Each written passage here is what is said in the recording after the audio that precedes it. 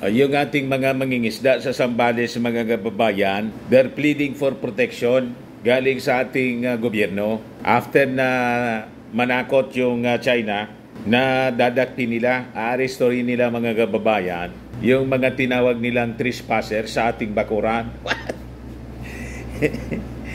Matindi talaga niya, Mr. Maravillas. Yung bakuran natin, mga kababayan, sabi ng China, trespasseran niya kayo, hindi kayo authorized diyan sa bakuran ninyo. Saan ka nakakitang ganun, mga kababayan? Bakuran natin, pagkatapos, ang nag-impose ng regulation, yung kapitbahay, sila yung gustong masunod, mga kababayan.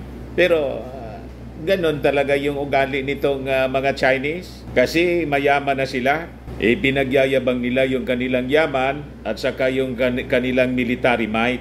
And so, kahit yung ating bansa, medyo alanganin pa yung ating puwersa, gumagawa po tayo ng paraan kung paano maproteksyonan yung ating mga mangingisda. Kasi hindi man po pwede na yung sariling bakura natin ang masunod na nag-impose ng illegal regulation po, yung kapitbahay. Tama po, mga kababayan? So ito yung pakiusap ng ating mga mangingisda. Diyan lang po sila umaasa ng kanilang kabuhayan. Kaya talagang nakakaawa yung kanilang kalagayan. So sabi dyan sa balita, yung mga fisher folks from Zambales sought answers from visiting lawmakers about whether the government can ensure their safety in protection while fishing in the West Philippine Sea, following China's directive to arrest trespassers in the waters na kiniklaim nilang sa kanila raw. Nagsagawa kasi ng hearing doon yung committee on, yung special committee on the West Philippine Sea po na binuo para mag-imbestiga dito sa so-called secret deal na pinasok ni Maudigs. Iyon ang pakiusap, mga kababayan, ng ating mga mangingisda. Ito yung pictures ng ginawang consultation and public hearing po. Yan yung ating mga masisipag na congressmen. Yung public hearing pinangunahan po ni House Senior Deputy Speaker Aurelio Dong Gonzales Jr. sa ni Iloilo 5th District Representative Raul Boboy Topas, acting chairperson of the House Special Committee on West Philippine Sea. Nandun din yung ibang mga congressmen, saka mga local officials. Parte siya, mga kababayan, ng public hearing sa sinasabing pinasok na secret deal ni Maudigs with Xi Jinping. So sabi ng ating mga mangingisda, paano niya kami pag kami ay hinuli? Sabi ng mga mangingisda, gusto namin pong malaman anong seguridad ang pwede naming makuha. Sabi nila, June 15, manguuli sila. Paano kami na laging nangingisda sa Baho de Masinloc? Sabi po ni Geoffrey Ilad, presidente ng Tropical Fish Gatherer Association sa Barangay San Salvador, Masinloc, Zambales. Walaan niya tayong kakayanan na labanan sila. So gusto namin niya na mabigyan kami ng assurance ng ating pamalaan na despite China's directive, pwede pa rin kami na mangisda sa Baho de Masinloc tulad ng ginagawa namin for decades. Kahit nandun yung China, okay lang. Pero ang huliin kami ay masakit sa aming kalooban. Wina-water cannon kami kahit pagkukuha ng ayuda sa BIFAR. Hindi talaga kami makalapit. Ngayon, tinatanong namin, huhuliin ba kami? Kaming mga taga Masinloc, yun lang ang gusto naming tanungin sa inyo. Ngayon, sabi po ni Congressman Pimentel, they will ask si Speaker Martin at yung ating Pangulong Bongbong Marcos na isama niya kayo sa financial aid program para di naman kayo masyadong apektado dito sa ginagawang panggigipit ng China. Ngayon, si Speaker Martin Romualdez, mga kababayan, nagpalabas na rin ng statement tungkol sa kalagayan ng mga mangingisda. Ayan po siya, Hindi niya kayo nag-iisa sa pagharap sa mga banta ng China. Sabi ni Martin, nais kong iparating ang aking malalim na pagsuporta sa inyo.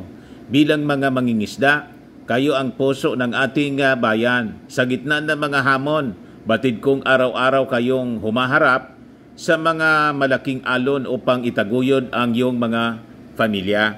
Ngayon anya, nais kong bigyang diin ang isang malagang isyu na patuloy ninyong hinaharap sa tuwing kayo'y pumapalaot sa Baho de Masinloc.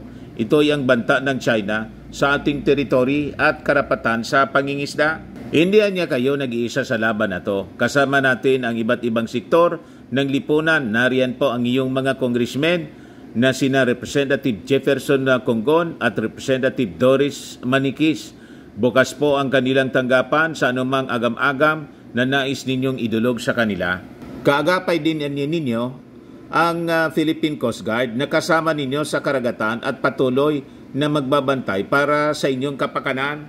Madaling sabi, para hindi sila, mga kababayan, matakot, magdi-deploy ng karagdagang puwersa ng Coast Guard yung ating bansa at may iba-iba pang mga activities na gagawin. Mamaya ibigay ko po sa inyo. Ito nga yung balita ngayon. Philippines opens Coast Guard post after China build up. Ito yung minimin, mga kababayan, ni Speaker Martin Romualdez. Maging ang mga kaalyado sa pandaigdigang komunidad niya ay nagbabantay at kasama natin sa labang ito. At higit sa lahat, ang ating mahal na Pangulong Ferdinand Bongbong Marcos Jr. ay nasa inyong likod at kailanman ay hindi kayo pababayaan. Muli, hindi kayo nag-iisa sa pagharap sa mga banta ng China. Magkaisa tayo at patuloy nating ipaglaban ang ating karapatan na mangisda sa Baho de Masinloc. Alam natin na ito ay bahagi ng ating teritoryo at pag-ari ng Pilipinas. Maraming salamat po at mabuhay kayong lahat, sabi po ni Martin Romualdez. So ano anya, Mr. Maravillas, yung mga activities na gagawin, dadagdag nga po ng puwersa yung ating Philippine Coast Guard na gagabay sa kanila. Mag-antabay palagi po. Ito nga po yung statement din ni Defense Secretary Gibo Teodoro sa 126 Philippine Navy anniversary. Sabi niya, the Philippines will press efforts to build security alliances and stage realistic combat drills with the United States, Japan, and Australia in the West Philippine Sea. So dadagdag po ng mga activities dyan po sa West Philippine Sea para i-push back yung China. Pakinggan natin yung sinasabi ni Secretary Gibo. Flag Officer ng Command of the Philippine Navy. Terming these cooperative activities with like-minded nations as a containment or a provocation is disinformation and evidence of paranoia of a closed political system. The ultimate intent is to get what they want by the threat or the use of force. This we cannot allow to continue. We will train more realistically. There will be more maritime cooperative activities between us and like-minded nations. More training scenarios. More interoperability exercises involving also our civilian counterparts. So yun ang sagot, mga kababayan, ng ating gobyerno sa katanungan ng ating mga mangingisda dyan sa Masinloc, Zambales. So, gagawa ng paraan yung ating gobyerno po. Ito nga yung balita dito ngayon sa Inquirer. Sabi diyan, next leg of US-Philippine Air Force drills focus on large deployment of airmen. Yan po, mga kababayan, para may nakadungaw sa mga bullying. May mga pandigma tayo na mga eroplanong nakadungaw, nagmamasid sa pambubuli po ng China. Pag ganyan niya may mga warplanes, malamang hindi mambuli yung China. Siyempre po, yan ang ibig sabihin niya. So sabi po ni PAF spokesperson Colonel Maria Consuelo Castillo, this will be the expected highlight of the second iteration of this year's COP Thunder drills from June 17 to 28. Magiging madalas na po. Maraming mga military exercises, both sa kalupaan, karagatan, pati sa kalangitan, mga kababayan, para proteksyonan yung ating mga mangingisda. So the focus niya of this exercise is large force deployment. Sabi po ni Castillo, noting that it will also be in preparation for the Philippines' participation in the upcoming multilateral drills in Australia next month. So it is estimated na mga 900 PAF personnel and 20 to 25 US Pacific Air Forces personnel will participate for the subject matter expertise exchanges, which will mostly occur in Basa Air Base sa Florida Blanca, Pampanga, at saka sa Villamor Air Base sa Pasay City. So nakita po ninyo mga kababayan, huwag lang kayong mawawala ng loob yung ating mga mangingisda dyan sa Masinloc, Zambales. Hindi po magpapabaya yung ating gobyerno. Hindi tulad ng previous administration po. Natulog lang sila. Pinasok pa tayo ng mga spies and infiltrators, mga kababayan. Hindi ganon itong ating administrasyon. Kaya galit nga po itong mga hudas dito sa ating bansa. Sinisiraan yung ating Pangulong Bongbong. Ayan man lang po, mga kababayan, yung mga latest developments ngayon.